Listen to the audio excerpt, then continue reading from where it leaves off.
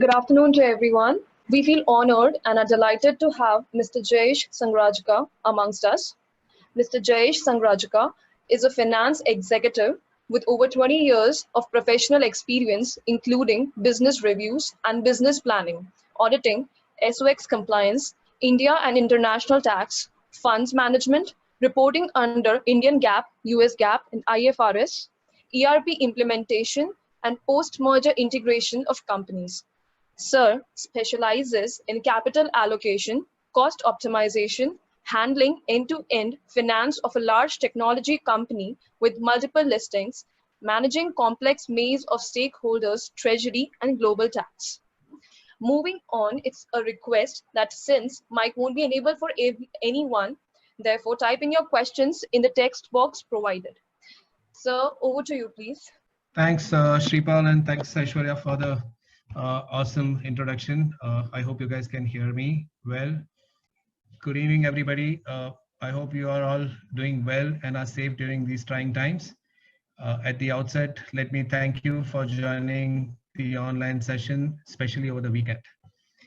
Coming to today's session on role of finance in changing world, as you can see, the picture depicts to become a successful finance professional, one has to wear multiple hats, and we'll talk about that in next few slides.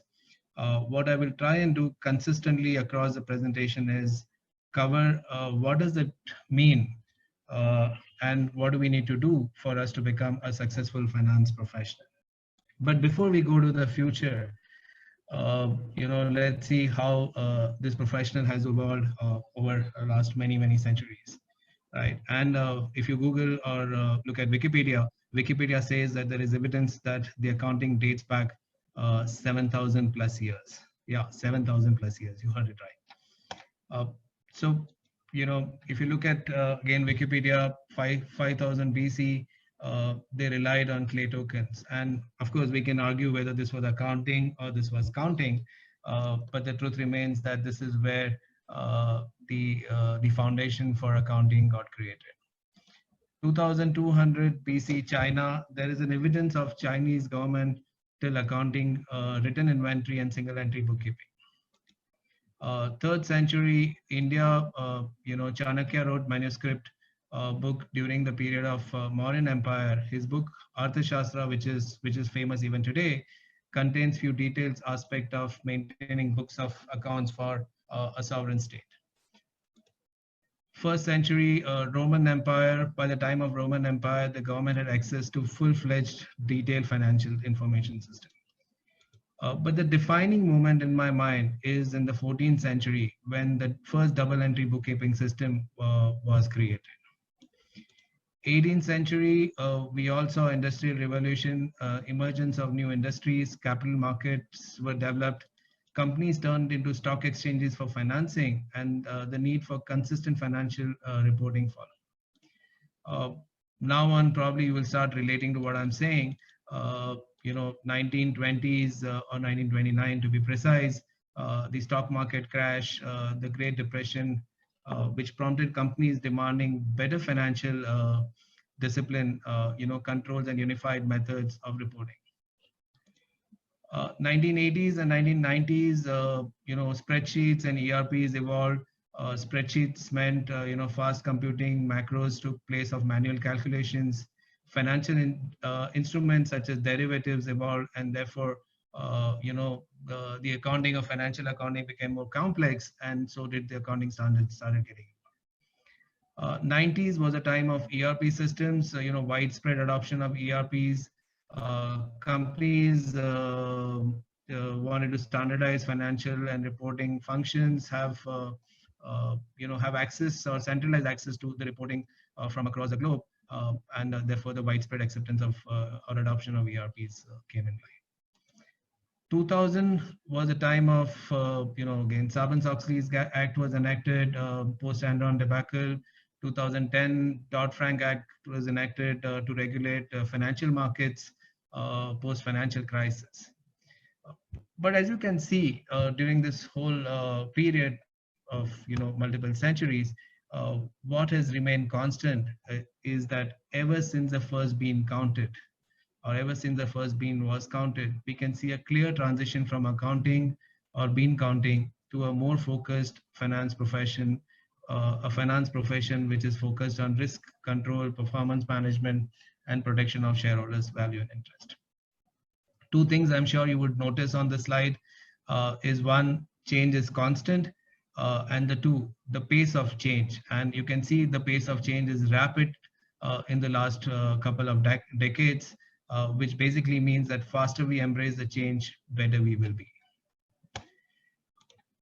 Going into the future, let's first look at what were the predictions about future of finance.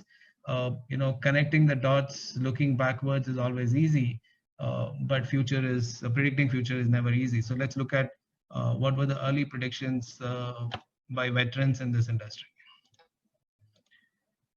1997, a very influential research firm predicted all financial processes will be standardized with regional shared service centers. 1998, a Big Four firm predicted there will be no finance function in any organization by 2010.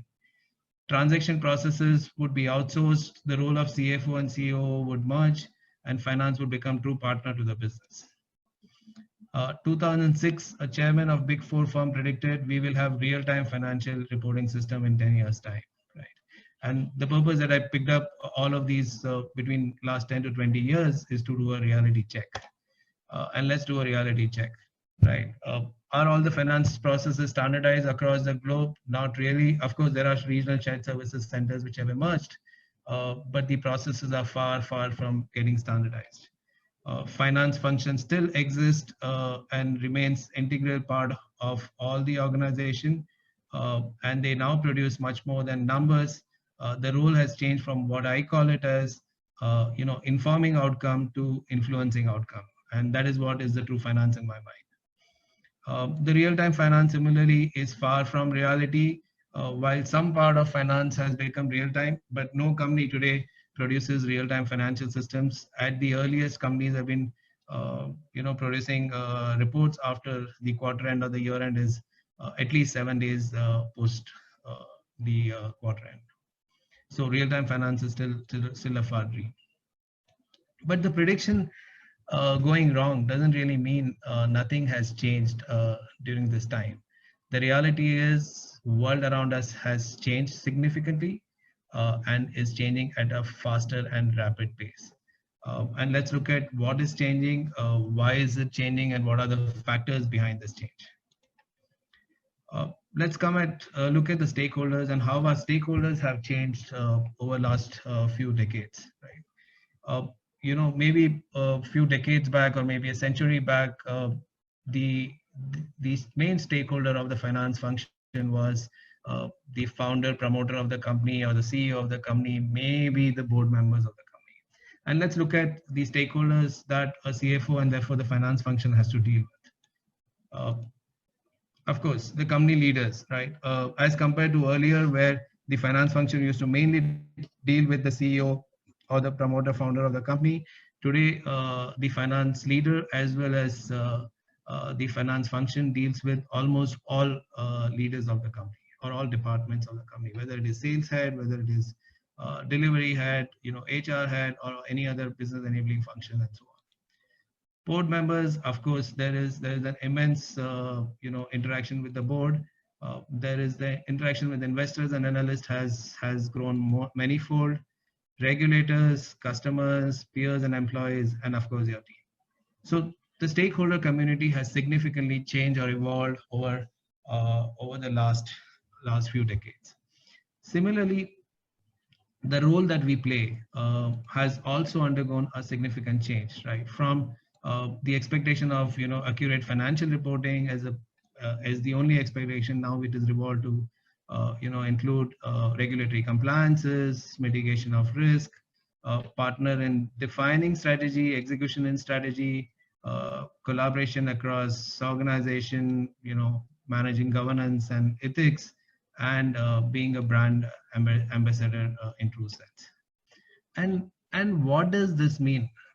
Again, as a professional, as a growing professional in the field, is that while the mundane part of the the function is getting automated significantly, there is a complete new area of skills and expertise that is emerging that uh, that is far, far from automation. And dealing with the stakeholders would need the new skill sets. The skills include negotiation, storytelling, managing ambiguity, etc.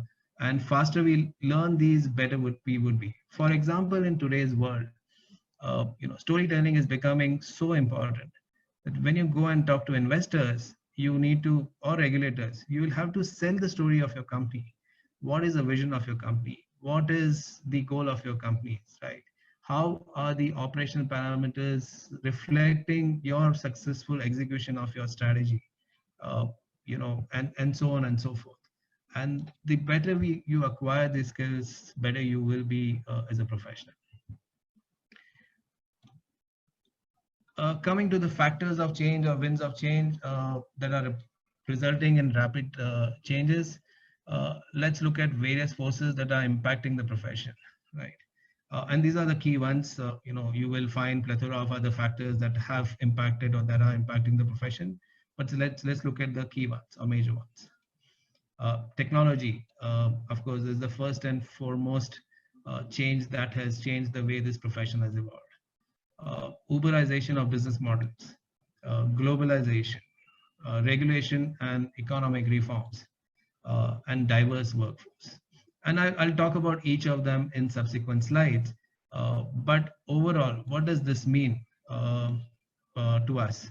It means more complexity and volatility. It means faster pace of change, and it means higher and intense competition for us as professionals. And let's look at each of these factors in much more detail.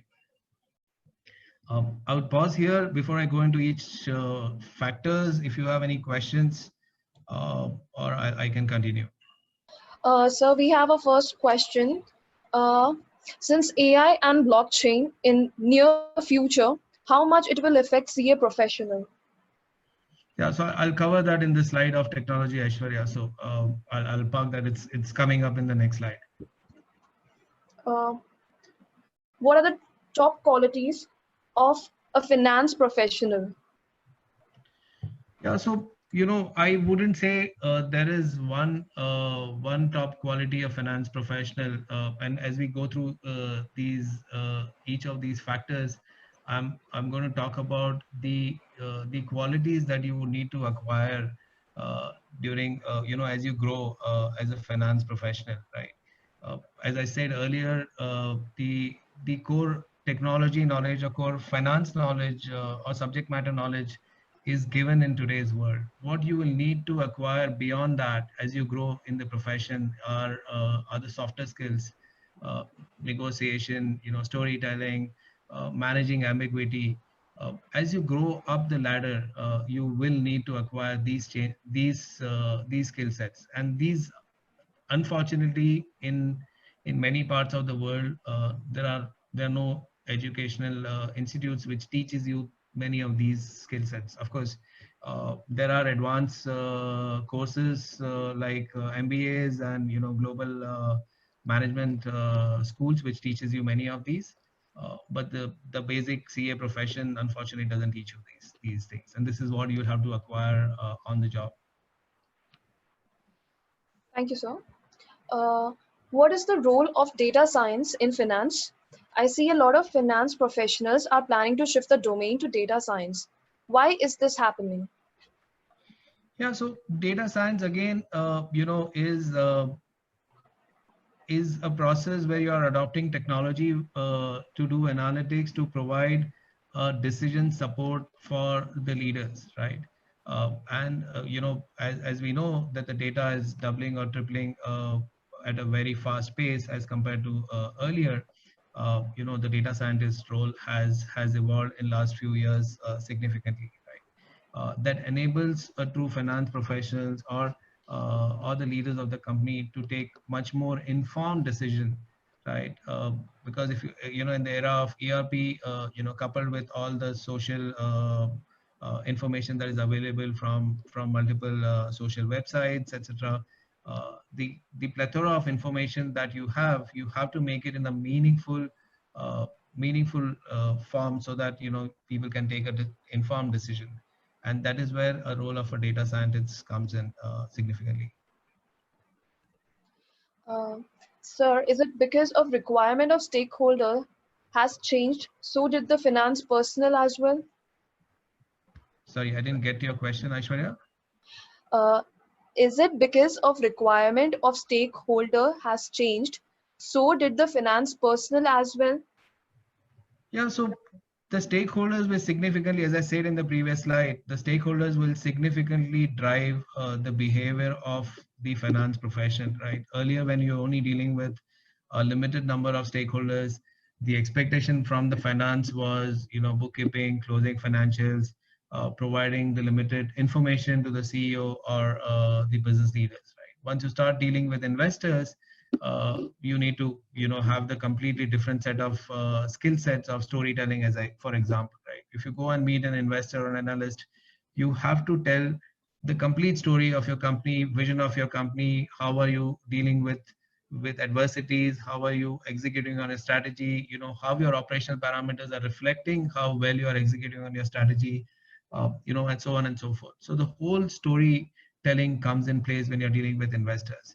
When you're dealing with regulators, you have to come and have a completely different skill sets. Negotiation comes in play significantly there, if you're asking for changes, etc. So your requirements have changed because of the stakeholders that you started interacting with. Thank you, sir. Sir, I guess we can move ahead. Only these were the questions that were asked by this time. Sure. Thank you, So sir. let's move to the first wave of change, or wind of change, which was technology. And I'm sure all of you know that the technology is creating unprecedented disruptions in every area of life, and every business model. Therefore, uh, a study done in 2013 shows around 94% of the accountants and auditors work, or traditional accountants and auditors work, can be automated. Idea here is not to scare you significantly on this aspect that all the jobs are going away. But if you look around, a large part of that is reality as well, right? If you look, for instance, the tax filings on the individual tax filings, a large number of employees today are learning to file their taxes themselves, right? And that has taken away a lot of work of the chartered accountants that used to help individuals file the tax. Similarly, if you look at in the auditing function, earlier a lot of human brain used to go into which voucher to be picked up or which journal entry to be picked up. There's connecting of dot, there is historical information that is there in people's mind. Today, all of that has gone away with machines doing all of that analytics and throwing up the samples that you need to pick up based on variety of factors, and those factors are not only limited to your own company that you're auditing or the knowledge of that company. That factors are evolving based on what those machines are learning globally, right? So the outcome is far superior from that perspective. What does that mean to all of us is we need to seriously think whether the work that we are doing today or the role that we are aiming for is getting computerized. And if that is true, what are the new technologies that I need to learn? And unfortunately, when I go for the campus hiring, or when we see the resumes that come in from the fresher batches, even today, the technology that is being cited in the resumes, typically ends up being Excel, MS Office, Tally, etc. And this is not going to be enough. This is not going to differentiate you from others. If you want to be differentiated amongst your peer group, if you want to get a superior role or better role, you will have to demonstrate a completely different technology versus all of these. This is basics. This is given. I'm not saying that you shouldn't understand or you shouldn't have experience on Excel, PowerPoint, you should know how to use them, but this is given. This is basic.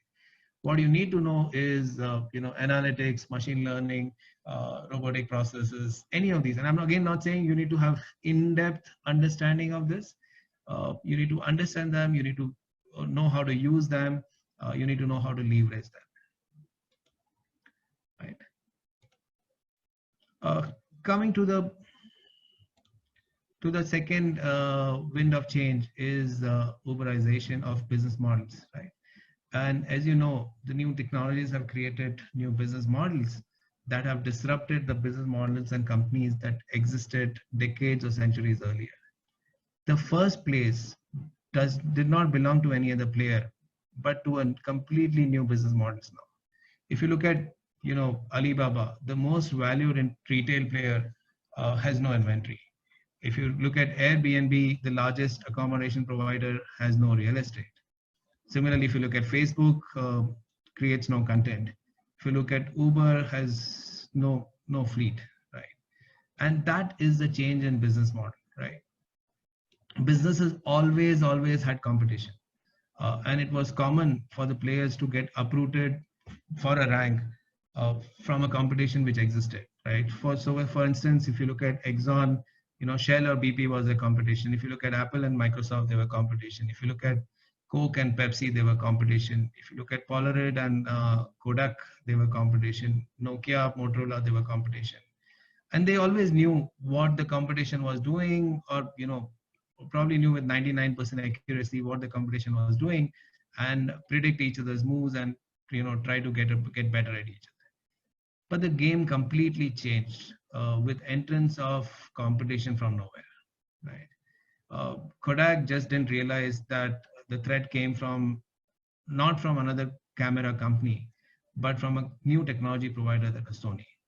So a digital company, camera company that ruled the world for decades or maybe for a century, saw its end in less than a decade's time. This trend has been going on for last 2-3 decades now. Many companies have got uprooted. For instance, fax has become irrelevant with emails. Costly switch watches have gone away with Fitbits. Rock solid Nokia got the carpet under its feet pulled by Samsung and Apple. And I don't know how many of you saw this, but the Nokia CEO in his last speech says that we didn't do anything wrong, but somehow we lost. And the reason that they lost is they didn't see a new technology change coming, probably, right? But if you look around even today, you will find many of these disruptions continue to happen, and happen probably more with whole of this COVID situation emerging, right? There are talks about, with airline companies will get threatened by Zoom and WebEx, right? Will people stop traveling for work significantly, and will travel only be for leisure? Similarly, electric cars, will they get impacted significantly by Tesla's move? And, will only best battery solution will disrupt the whole model, right? Similarly, retails, restaurants, swanky malls, with all social distancing and excessive outreach of online retailers, will they get significantly impacted in this new world? So, you will continue seeing the disruptions happening around you, and look at how these disruptions have changed the top 10 players. I'm not even talking about the smallest players, or the small companies or mid-sized companies or even large companies. We are talking about top 10 companies globally of market cap, right?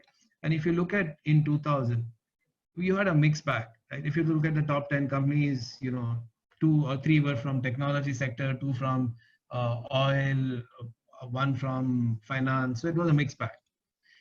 If you look at 2010, 5 out of the 10 were oil companies. But if you look at 2020, 7 out of the 10 are companies which are backed by technology, right? Either a technology player or a company which has leveraged technology significantly, right? And you may wonder, why is this relevant to the changing role of finance? And in my mind, it is important from 3 axes. First, as a new age companies grow, they come with completely different business models, right? And the way they measure their success and failure will be completely different versus old. And this is what we need to learn as finance professionals, right? For instance, if you look at online retailers today, their focus is significantly moved from the categories that they sold. Of course, that is important. But what is more important for them is conversion of people who come online, right? How do you convert people who have landed on the site? They have moved from per square feet usage of retail to, people who are landing on the site and conversion of that, and 2 to 3 click of, sign out or checkout, right? Similarly, if you look at Uber, they have moved from, the fulfillment of cabs to the route optimization, reducing time to serve to customers, customer experience, and so on. The second reason in my mind is on the personal side, right? Often life brings you to a crossroad where you will have to make a choice. And when you have to make a choice, it can be a choice of picking up a job, right? Or an industry. When you have to make that choice, try and pick the industry or the company which is a new age company or a new age industry. Trust me, your growth will be significantly different than your peers who may choose otherwise. The third one, in my mind, is most important one as you grow as a leader or as you grow as a finance leader. Typically, the CEO is blamed for not seeing the shift in the business model coming through. But in my mind, the finance professional is equally responsible for that, right? There are very few leaders in the company who have a holistic view of the organization, right? Sales head or the delivery head will typically know little bit of everything, but they'll significantly know more about the sales or the delivery organizations. Your HR head would know, how the employees get impacted or employee morals and attrition and so on. But the finance leader will typically have an end-to-end view of what are the decisions taken, their impact on the business model and various aspects of the business model, right? And therefore, in my mind, the finance leader or a CFO as a co-pilot, as a navigator, is as much responsible as the CEO, if not more, for not seeing a new challenge coming in, for not seeing a new technology emerging, or for not seeing a new business model emerging. Uh, he or she is equally responsible.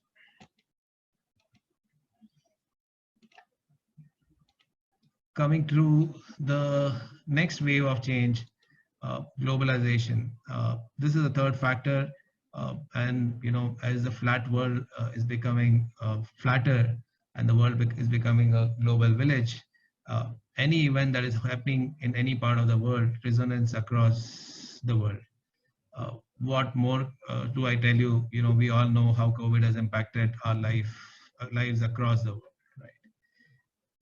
But globalization has its own impact on social economics, politics, and cultural aspects, right?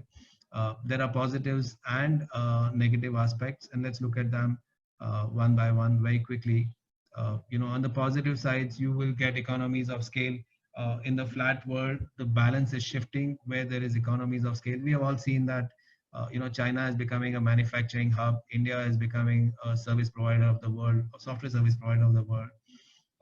Technology innovation happening any part of the world is finding its rapid acceptance across the globe. And let me give you a flavor of how rapid this adoption of technology is happening. Right? If you look at last 100 years, it took us 68 years for the airlines to reach 50 million users, right? I think it took around 50 years approximately for telephone and electricity companies to get its 50 million users. Probably 12 to 14 years for computers and cell phone companies to get its first 50 million users.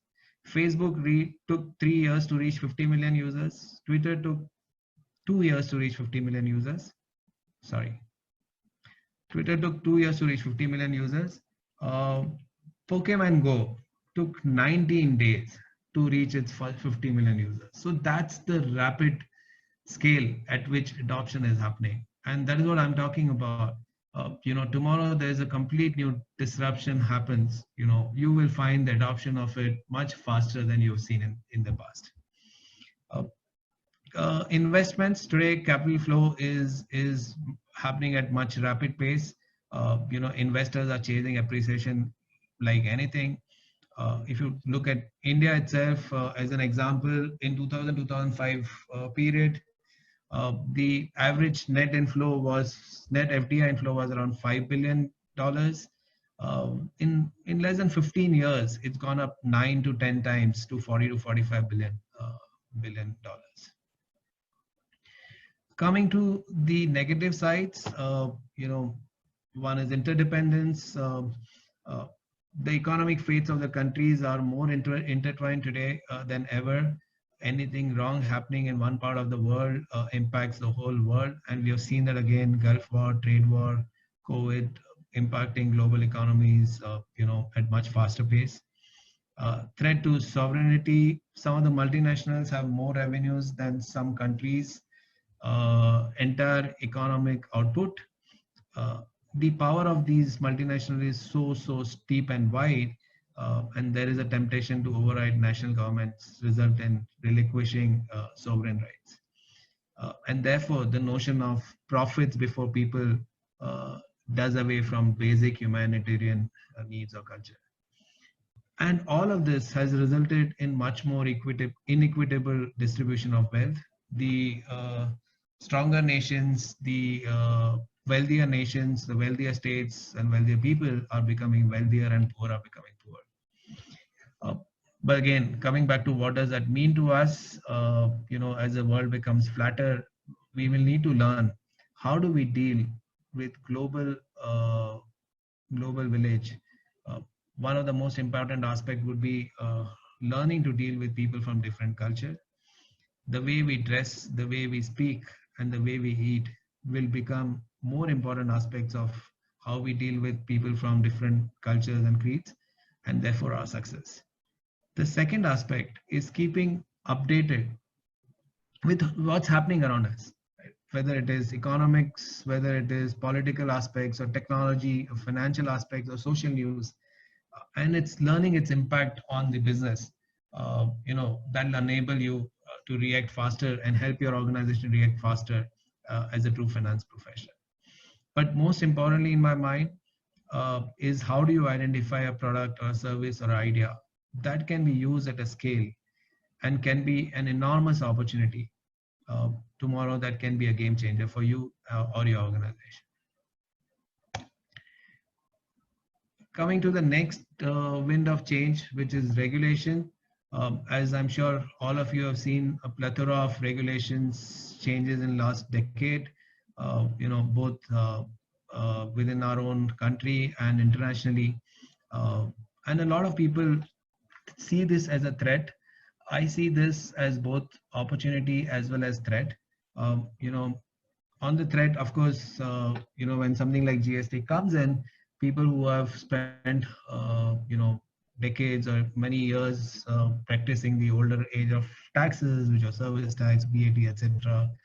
And when a completely new act gets eliminates those regulations, that's a threat to you, right? But at the same time, a new act coming in, a new and simpler regulation, and helping all the organizations adopting that is a completely new opportunity, right? So, and then there are completely new set of regulations that have come in last 10, 15 years, whether you call it SOX, Dodd-Frank, GDPR, etc. And these are completely new opportunity for us as professionals. Coming to the last wind of change, which is a diverse workforce. If you look at this, how our office used to look earlier, and this is how the office of future is going to look at it, right? What this means to us is, earlier all our colleagues used to come from, there used to be familiarity. They used to come from the same city, same college, maybe same country. That is going to change significantly, right? Earlier we used to sit next to each other and work. That thing is going to move virtually and so on and so forth. While again, this is an opportunity as well as threat. An opportunity because you will be able to see increase in the opportunity that you will get in terms of roles, in terms of job opportunities, because now you can serve anybody from anywhere, right? And that would mean that a lot of Western roles may come into countries like India, and you will see that as an opportunity. At the same time, it is also going to create a completely new set of competition for yourself. You will have tier 2, tier 3 set of employees will come up as a completely new challenge or competition for you, or employees from completely different world economies may come up as a competition for you. The housewives who only had 5 or 6 hours and therefore could not pick up a job because they used to involve 2 to 3 hours of travel, could emerge as a completely new challenge for you as well, because now they can log in for those 6 hours, 7 hours, and uh, can do that job. So again, it is going to be both opportunity and threat from that perspective. So we thought these were the 5 winds of change, and unless suddenly a 6th wind of change emerge from nowhere, and that's what I keep talking about, that things are changing at so rapid pace that we don't really know what we will never be able to predict that, right? And this one factor has changed our lives of people, companies, industries, and countries around the world in a very, very short time, in a very rapid manner. And I'm sure all of you have heard about it so much that I don't want to spend too much time on this. But the reality is, there are companies, there are industries, there are countries which will get impacted by this significantly. Some of these will come out of it stronger, and some of these may perish. So we will have to be very careful when you are selecting roles, when you are selecting jobs, as to what do you pick up and how. To summarize, the role of finance is changing significantly. On any axis that you see, the role has changed significantly, right? And you will be required to interact people with different caste, creed, and culture, and adopt a completely different working style. Embrace new technologies, pick up new skill sets, be it advanced analytics, negotiation, storytelling, etc. I talked about. But remember this, that while we keep talking about it or thinking about future of finance, it is important that we change ourselves in such a manner that we make this profession finance for future. And I'm sure, while you go through this whole topic, biggest question that comes to your mind is, how do I relate to all of this? And especially at the beginning of my career, right? And I thought I'll simplify that to some extent, and try and address those questions. At the beginning of your career, you will have various options, or you may have various options. And when you look at those options, it is important that you pick an industry that is futuristic, or a new age industry.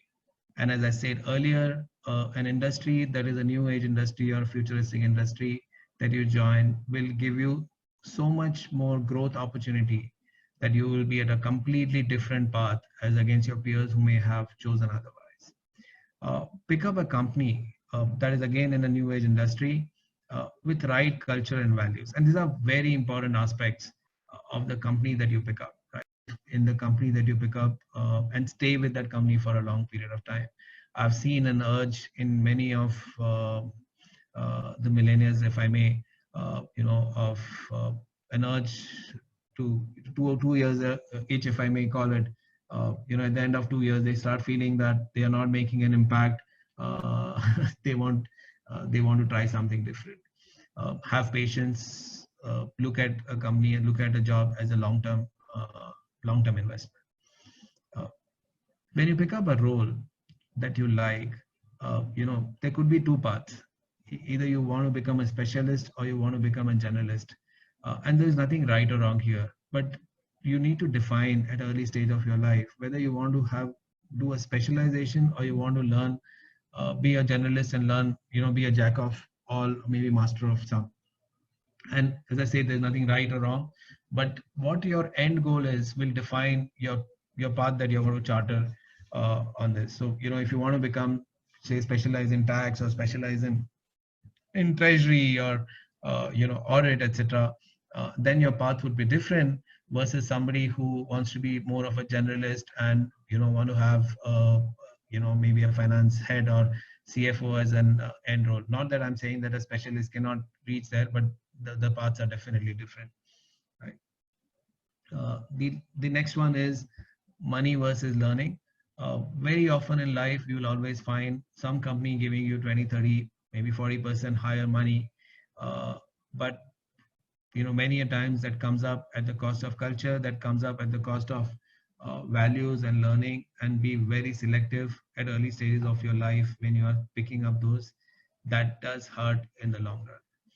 And last one, but not the least, uh, I've always told this to every fresher that I've met, is identify a mentor and have a mentor for your life, right? And ideally, that mentor should not be your boss or should not be a line manager, but always identify a mentor in the organization who can help you guide through the crisis in your life. Every organization will have some level of politics. Having a mentor help you, overcome that. Having a mentor will guide you through the challenges or the decision that you're making, and shape your career or your future accordingly. So it's very, very important aspect of becoming a successful finance professional. That brings me to the end of the presentation. While technology will change, businesses will change, business models will change, companies, industries may change or evolve, and we should adjust to all of these changes. But remember, your core principles should never change. With that, I'll open up for questions, if any. Yes, sir. So shall I go ahead with questions? Sure, Aishwarya. Uh, what would be the opportunities for finance profession from Western countries? Finance professions from? Western countries, Western countries. So I don't think the opportunities are different between the Western countries and the developed countries or the developing countries so much today. I mean, as a professional, finance professional, I think there are enough opportunities in India there. But the scale at which you will get the opportunities in the Western countries are significantly different. And the number of opportunities that you get in Western countries are significantly different because, the number of companies which are there out there and the scale at which they operate are significantly different. But opportunities are there today. I mean, you have investment banking roles in India, you have, all sort of roles in India at different scales. You have US GAAP reporting in India, you have IFRS reporting and, compliance in India. So if you look at from that perspective, you do have almost all the roles. The number of such opportunities between India and the overseas or the Western economies would definitely differ. Is fraud investigation profile for accountants really good for future perspective, not only work-wise but also value-wise? I think that, I mean, fraud investigation or fraud analytics has found significant prominence in recent years. With technology becoming the core of all the organizations, people who breach the technological controls have also increased, and that has created a completely new, new opportunity in terms of fraud analytics and fraud investigation. And I think that is going to remain there for a long period of time. Which finance profile is good? Is it corporate finance, business finance, or treasury department? I'm asked this question, I don't know how many times in the freshers induction that I have addressed. I don't think there is any good or bad finance profile. The profiles are as good as you make out of it, right? And there are completely different skill sets that you need in every finance profile, right? For instance, if you are into tax function, the skill set that you need is, again, complete understanding of tax, ability to interpret the tax and regulations in India or across India, understanding of double tax avoidance treaty, etc. If you are in treasury function, you need to probably understand the macro environment, economics, and the implications of the various, political, social factors that play across the globe. If you are in corporate or business finance, you need to have completely different skill sets of, maybe negotiation, internal or external, how understanding how the various factors or operational parameters have and their interplay, and their impact on the business outcome. So I think each of these roles demand a completely different skill sets and the completely different, uh, what do I say, flair of work that you might want to do in your life. Will not there be any impact on relationship or learning with teammates when we adopt virtual office? Oh yeah, of course. I mean, at the end of the day, human beings are social animals, and in my mind, it makes a lot of difference when you are in office, you are in close proximity of each other. There's a lot of brainstorming that happens. There's a lot of idea generation that happens. To some extent, the virtual offices have offset that by by having video facilities and so on and so forth. But I don't think if it can take over completely the physical proximity that people had earlier. But yeah, there are factors that play out because there's a large cost offset which is available. You don't really need offices anymore if you are moving to the virtual office, etc. So you'll have to balance it out. I'm not saying that you will move to 100% work from home. Neither I'm saying that you will remain 100% from office. The truth will lie somewhere in between. The new world will lie somewhere in between. We keep on talking about making finance professionals to learn about finance. Is there at point of time when the thought is there to teach finance to the tech people, or there is a possibility to do this? As a seasoned finance leader working in a tech company, what do you think is easier? So look, it is like this. Would you expect the tech folks to learn the complete finance professional with the intricacies that we know? No. Would you want to teach them the basics of finance, understanding of finance? Yes. We run plethora of courses within our company to make the project managers or the technology leaders to help them understand the basics of finance, and that would continue. It's the same thing that people will teach us blockchain or analytics or RPA, etc. The expectation there is not to learn how to do that so much as how to use that, right? And that's the same expectation vice versa. When we teach them, it's not that they will start preparing financial statements for us or writing annual reports for us. It's for them to understand how to read them and how to understand the interplay of factors. How can we disrupt? How can disrupt the career to acquire the new skills and experience? For an example, someone into accounting for many years and now thinks to change the field from accounting to tax or ERP. Second, sir. Yeah, FP and A, etc. How to achieve this where there is no prior experience to the new field where the candidate wants to shift? What will be the steps to be followed? Look, again, I don't think there is any age for learning, right? And you will, if you look around, you will see a lot of examples of people who have taken a shift in their careers at pretty late ages of their lives. So I don't think there is an age for learning a completely new skill set. Of course, the way you may go about it can be different for different individuals, and that is where significantly staying in an organization for a longer period of time may come handy versus if you keep changing jobs there every 2 to 3 years. So for instance, if you've been there with an organization for a long period of time, and after 10, 12, say 15 years, and being consistent performer, you want to change a role, the organization may be willing to give you that opportunity, right? But if you've been jumping every 2 to 3 years, and let's say for an example, you've been you've been in the tax role for every 2 to 3 years, and keep jumping after that. And after 15 years, you've been a very senior tax professional, but now you want to change the job. Why would your current employer, who's been there with you only for 2 years, will give you a completely uh, new role, right?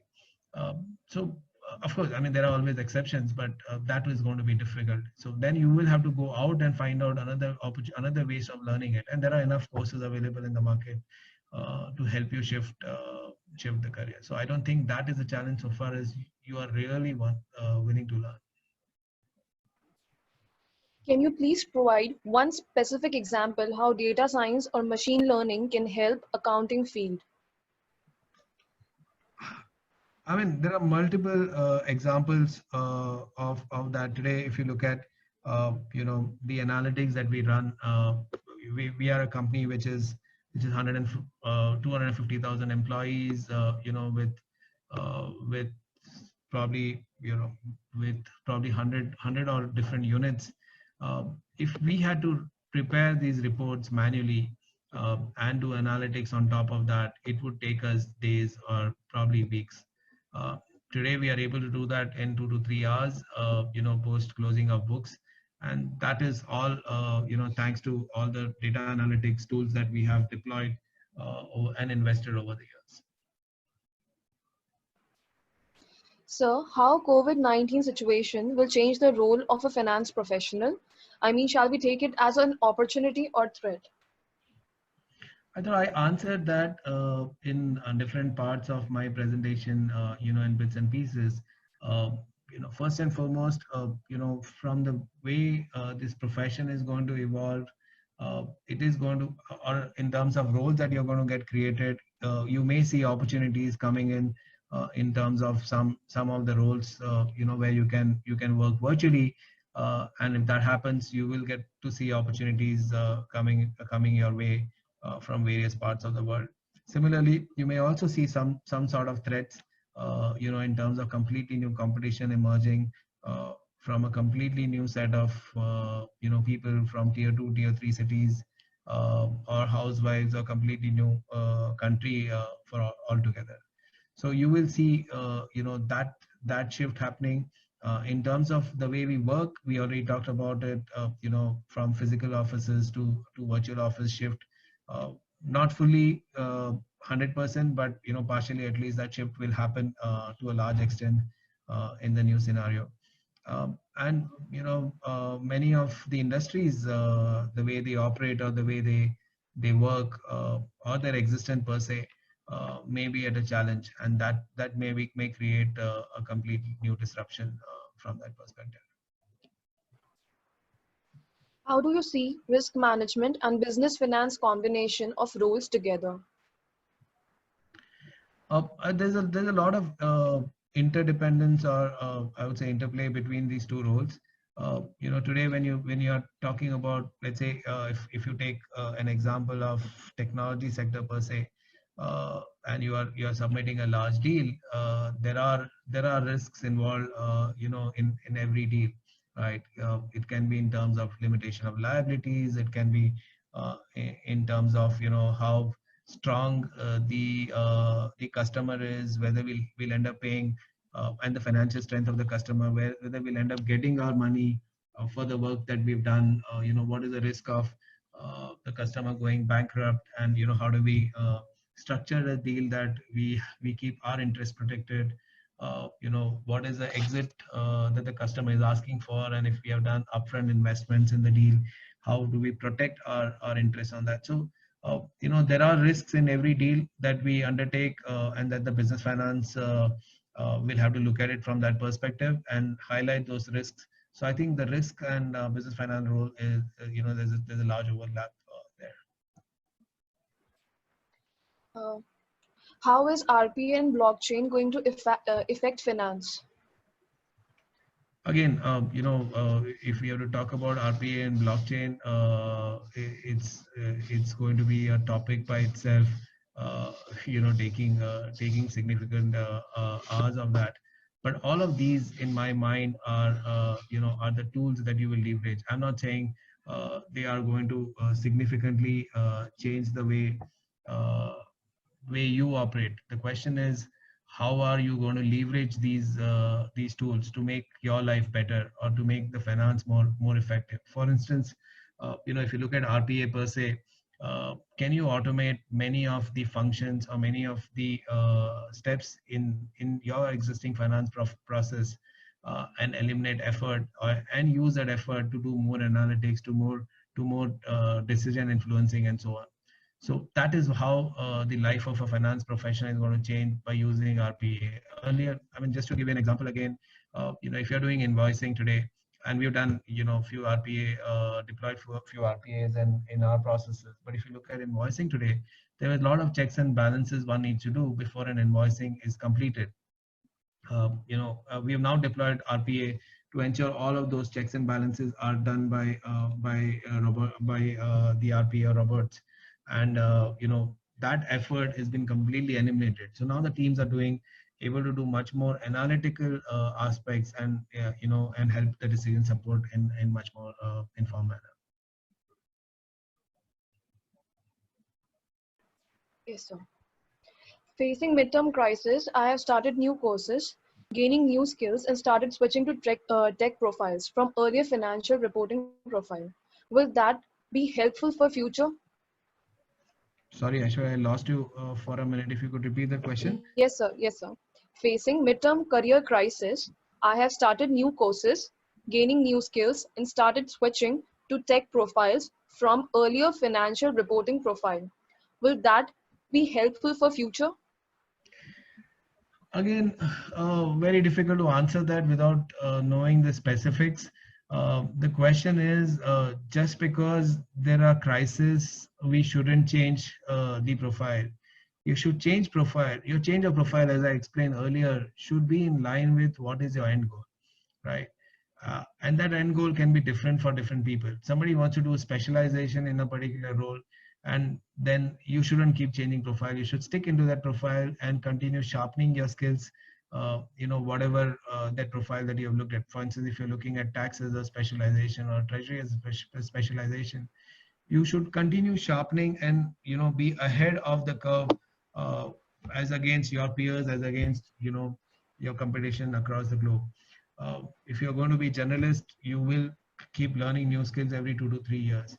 When you're talking about shifting from a finance to technology profile, I hope that is assuming that you want to make a career in technology, right? Backed by finance knowledge. And there's nothing right or wrong about it. But it should be with a long-term objective of where you want to go. It shouldn't be just that, there's a crisis today, and I don't want to do this profile, so let me shift to technology. Then it should be a very thought through decision from that perspective in my mind. What is storytelling and how can we acquire this skill? Storytelling is, if you do a little bit of Google search, they will tell you that when you tell somebody, a story, the way people register it versus when you tell somebody a story with some images, the way people will register it versus when you tell people some numbers with a completely compelling story which people can relate to, how do people register it? So the idea is the way you narrate your story, how much of people retain it with them for how long a period of time, and that is the impact of or impactful storytelling is. And as I was saying earlier, it is very important in today's world when you are dealing with investors whom you meet once in a while, when you're dealing with regulators whom you want, to influence in certain decisions to be taken. And I'm not saying decisions to be taken in a wrong way, but decisions to be taken in the right manner. When you have to deal with, analysts, for instance, the industry analyst or the financial analyst who are going to write reports on you, how do you tell them a more compelling story? And the way you will narrate the story of your company, it is going to be going to impact the final outcome in terms of whether the investor is making investment, the way the analyst will write report, positive or negative or neutral on your company, and so on. Coming to the second part of the question, how do you acquire it? There are two ways you can acquire it. You can learn from others. And today, thanks to technology again, there are multiple opportunities that you guys have versus us, who come from the old age or traditional ways we learned it. But today, at least, you can look at the TED Talks, you can look at, YouTube channels and so on, where there are eminent, storytellers who are well known for their storytelling abilities, and learn how are uh, they how do they use multiple techniques of storytelling. And I think one of the best one is Steve Jobs, who has mastered the art of storytelling, and that there is enough and more of study and research done on how impactful Steve Jobs was in his storytelling abilities. So if you do that research, of course that help. In addition, of course, multiple institutes have come up with courses that can help in initial times of learning some of the basic principles of storytelling. But over a period of time, it will become an art that you will acquire by looking at others, by understanding how others use multiple techniques to master this art. What is the scope and opportunity for international taxation in India? Uh, Enormous. Again, I would say, more and more companies are setting up offices outside of India, and more global companies are setting up offices in India, and therefore there is a two-way, trade which is happening, or trade and services which are happening, that creates an enormous opportunities for the tax consultants or tax professional, if I may, in terms of practice. I think it's an enormous opportunity again, because the tax laws keep changing. You've seen that in forms of various legislation that is coming in place, and directly indirectly trade wars also impacting many of these tax decisions that the governments are taking or forced to take, which will impact the profession significantly, or which will create an opportunity for the profession significantly. Virtual atmosphere taking over the world and time zone, why Indian economy couldn't still stand up to the world market and set its rule yet in spite of its growth in every field. So, look, virtual atmosphere is not been a thing of for a long period of time. I mean, a lot of these tools existed, but a lot of companies were reluctant on working from home, or working from remote locations for a significant or a use of significant virtual office kind of tools. So that I don't think is it's right to say that that has not had its impact. If you not really use the virtual models, I don't think the software industry would have boomed the way it has over the last 2 or 3 decades. And that is thanks to all the virtual tools that they've been using. It's just got amplified with the COVID, and the use has got multiplied from that perspective. So I think Indian economy has significantly benefited through technology and the adoption of technology. But of course, there have been other factors that has not been in so much of favor of India's prosperity in last couple of decades. The government has not probably moved as fast as it should have in the past 2 or 3 decades. There manufacturing setups. There are multiple tax laws which were there earlier, which all of us know, service tax, VAT tax, state tax, etc., which created a hindrance for many of the global organizations to set up offices in India, and therefore they went for economies of scale elsewhere. But I think things are changing significantly as you keep reading. A lot of companies are now looking at shifting from China to India, Vietnam, etc. So it's going to be on us as how quickly we capture this opportunity. We can understand that technology is now linked with finance and it's bringing a lot of disruptions in finance world. How does this affect BPO industries?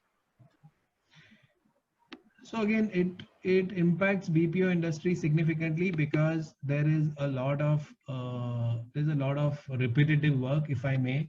a lot of repetitive processes. And I think BPO industry has also evolved significantly over the last 1 decade at least, if I may.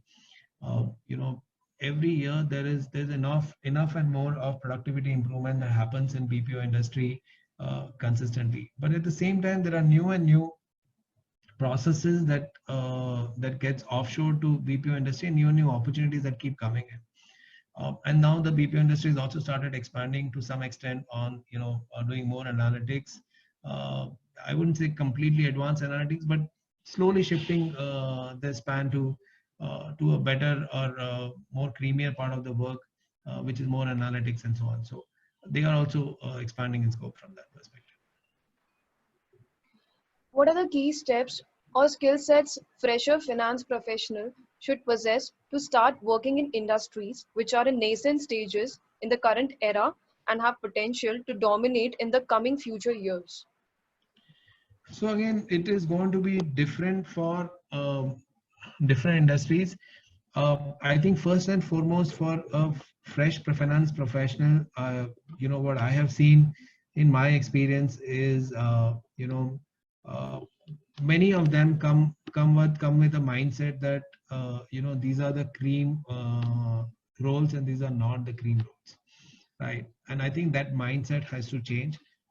Every role has its importance in the organization, and you know, every role is important from that perspective.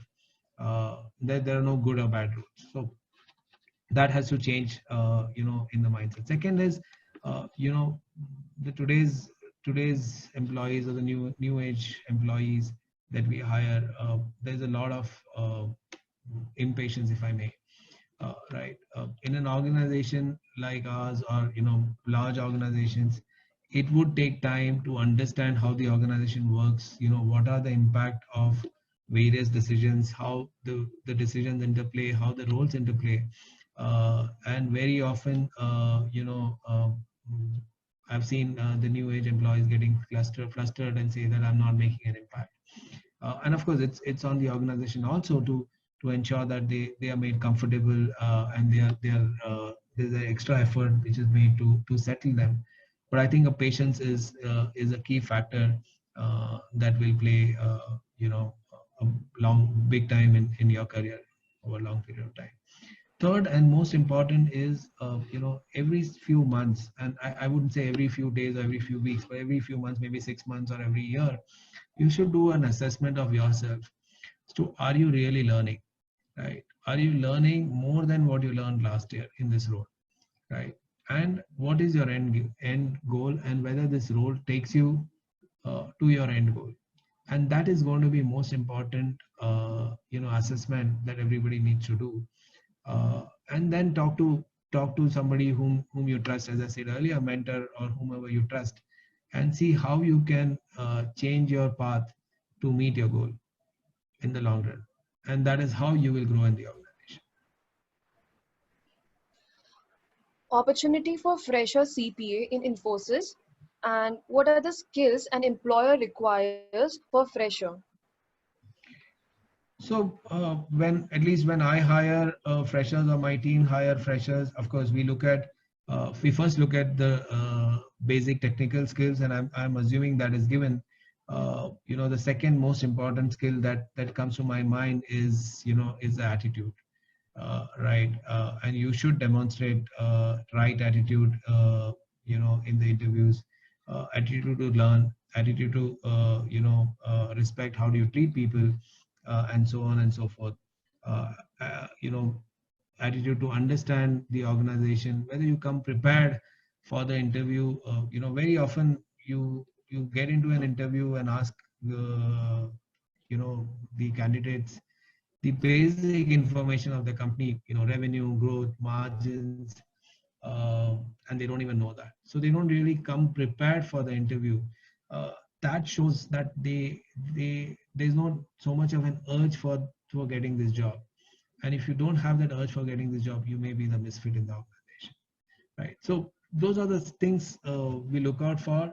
At the beginning of the career, I don't think we look out for your managerial skills, etc. We will help you develop, as a company, many of the soft skills that I talked about, many of the managerial skills I talked about, including storytelling, including negotiation and all. There are enough and more courses available inside an organization like us. But more important is how how much are you ready to go out for, right? Did you really come prepared for the interview, or you really came for just walked in, right? Those are the things that we will look out for. Is India lacking to catch up with the power and knowledge from a very initial state in the form of education standards and its beliefs when it comes to today's business world? Sorry, Aishwarya, I lost you again. Yes, sir. Is India lacking to catch up with the power and knowledge from a very initial state in the form of education standards and its belief when it comes to today's business world? I don't think we are lacking from that perspective. I think, if you look at, there are enough and more companies who have prospered well, and, has grown from Indian origin, and, are competing, are giving tough competition to many of the multinational companies, right? Infosys, TCS are example of that in technology sectors. There are enough examples you will find in retail sectors or online retail sectors. They're completely new age companies which have come up like Ola, etc., which is giving tough competition to Uber. So I don't think we are lacking from that perspective. Of course, if there is the ease of doing business is improved much more significantly, that could be, I think India could be in a much better place. But again, government is doing a lot of things in those side, and India is a large country from that perspective, so things will take some time to change. What are the key challenges as per you been faced by current finance leaders across IT sector in the world? A lot of it today, if you look at it post-COVID scenario, things have changed so rapidly that the whole sector is facing multiple challenges. Right from how do you work from home, how enabled your employees are. Some of the clients of ours are facing different challenges, so we have to keep a tab on their financials, their strengths, etc., and so on and so forth. But in general, I think the challenges that we face is, again, keeping an eye on a completely new disruption that would come up from somewhere. If you look at it, last 3 years, we have seen a completely new digital wave that has come and hit the industry. Of course, it's created a lot of opportunity for the industry, but if we weren't prepared for capturing on that, we would have been caught sleeping, and we would have been behind the curve. So again, you have to keep an eye on what's happening around and how the winds are changing. In this emerging changing world, what are the three main factors a CFO should carry with? What are the three? Sorry. What are the three main factors a CFO should carry? I think first and foremost is having the right value systems and right ethics, which is right principles and ethics, which is most important. A CFO must carry. That is not negotiable in my mind. Ensuring that we set the right vision for your team and right vision for the department in terms of enabling the businesses. To be successful in whatever they are doing. A lot of times I've seen finance leaders or finance professionals, because they become a center point of the organization. They start taking decisions which may not be in the right interest of the company. So that is avoidable in my mind. I think putting the right vision of collaborating with the business and making the company successful is one of the most important aspects of the finance leader.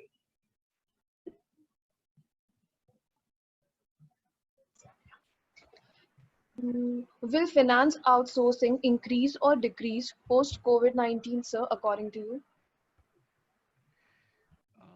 Again, if you saw the way I started my presentation, connecting dots looking behind is always easy, looking forward is difficult. But after every every economic every economic disruption or every economic challenge, we have seen outsourcing increase in some form or the other, right?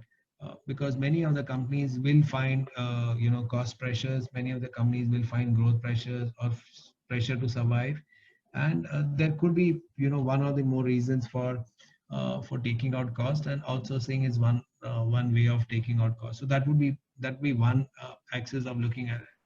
The other axis of looking at it is, if you're able to do things virtually, then the companies will be more inclined to get the things done in a geography or in an area where there is best talent available. And if you think, if we really are able to demonstrate that we have the best pool of talent here in the finance professional, then I don't think there'll be any stopping from companies across the world to come and tap that talent. And we have really seen that over the last few decades as well. The companies have done a lot of shifted a lot of finance work to India. While cost could be one aspect, the other aspect of that is because there's a talent pool. Do you believe that technology disruptions render the current accounting profession or the work of practicing accountants completely obsolete? If yes, what should they do to remain unaffected? As I said earlier, I don't think it will make the profession completely obsolete. And again, we saw all the predictions in that line. But I do think that the repetitive part of the work, a large part of the repetitive work will go away. But there will be, at the same time, there's a shift in terms of the new age work that is coming in, right? Whether you call it data analytics, whether you call it influencing decision, whether you call it interacting and influencing, your investors, regulators, and so on. All of those kind of roles will come into play. I don't think this profession is going away from that perspective. Yeah, but a large part of repetitive work may get automated. So be ready for that. Uh, so you are talking mostly about MNCs or large organization. India being predominantly an MSME based, how far is the talk of technology driven financial models would be economical and viable? Yeah, so I'm not really saying all of this is going to be MNC or large companies. If you look at the smaller companies or the new age companies that have grown in last 5 or 10 years, many of them in India also have grown or have come up on the back of technology, right? So whether you look at Ola, whether you look at Flipkart, Snapdeal. Uh, Whether you look at many of the new age, smaller companies that are even the smallest companies which have come out, many of them have leveraged technology or are leveraging technology. So the business models are going to change from that perspective. Of course, there would be the traditional companies would survive, for some period of time, but there also I would think, there would be adoption of technology in some form or the other. It may not be a full-fledged ERP, it may not be SAP or Oracle, but they may, deploy some form of analytics to help their business decisions. Yes. Uh, 1 second, sir. And just to add there, many of the large ERP players also, because now that most of the large ERP players have tapped almost all the large MNCs or large companies. They have come up with models where a small time or SMEs can also deploy them at a very minimal cost, and that is also getting rapid adoption in the market. Yes, sir. Uh, what are the key skills required to move from manager to senior level like controller or CFO? I believe every CFO is not expert in all the finance functions. It's the team who supports him. Is it true? It is always true in my mind. I don't think a leader is as good as his team, and I've always said that. You as a CFO, you may not be the master of all the skills, right? And very often a CFO is not. The skills that you need to have as a CFO is understanding of all the functions, and ability to lead the team, ability to manage the team, and guide the team. Trying to see things from 30,000 feet at at macro level, and at the same time zoom in to the ground level reality and question. So ability to zoom in and zoom out is very important aspects of CFO's role. uh, and most importantly, I think the ability to relate, because as a CFO you will have an end-to-end view of the whole finance function, right? So ability to correlate data that is coming in from say business finance or your controllership roles to the tax teams data they're presenting, and correlating that and questioning that, or analyzing that whether that is making sense or not. Those would be the skills that you need to acquire as you become as you start getting into leadership roles. I don't think a CFO is a master of all the skill sets. uh, you know I haven't seen a CFO yet who is who is the best tax consultant, at the same time best treasurer, at the same time best controller. He may be one of best at one or two of the aspects, but not all. I guess we are done with our questions. Now I would request Shripal sir to take over.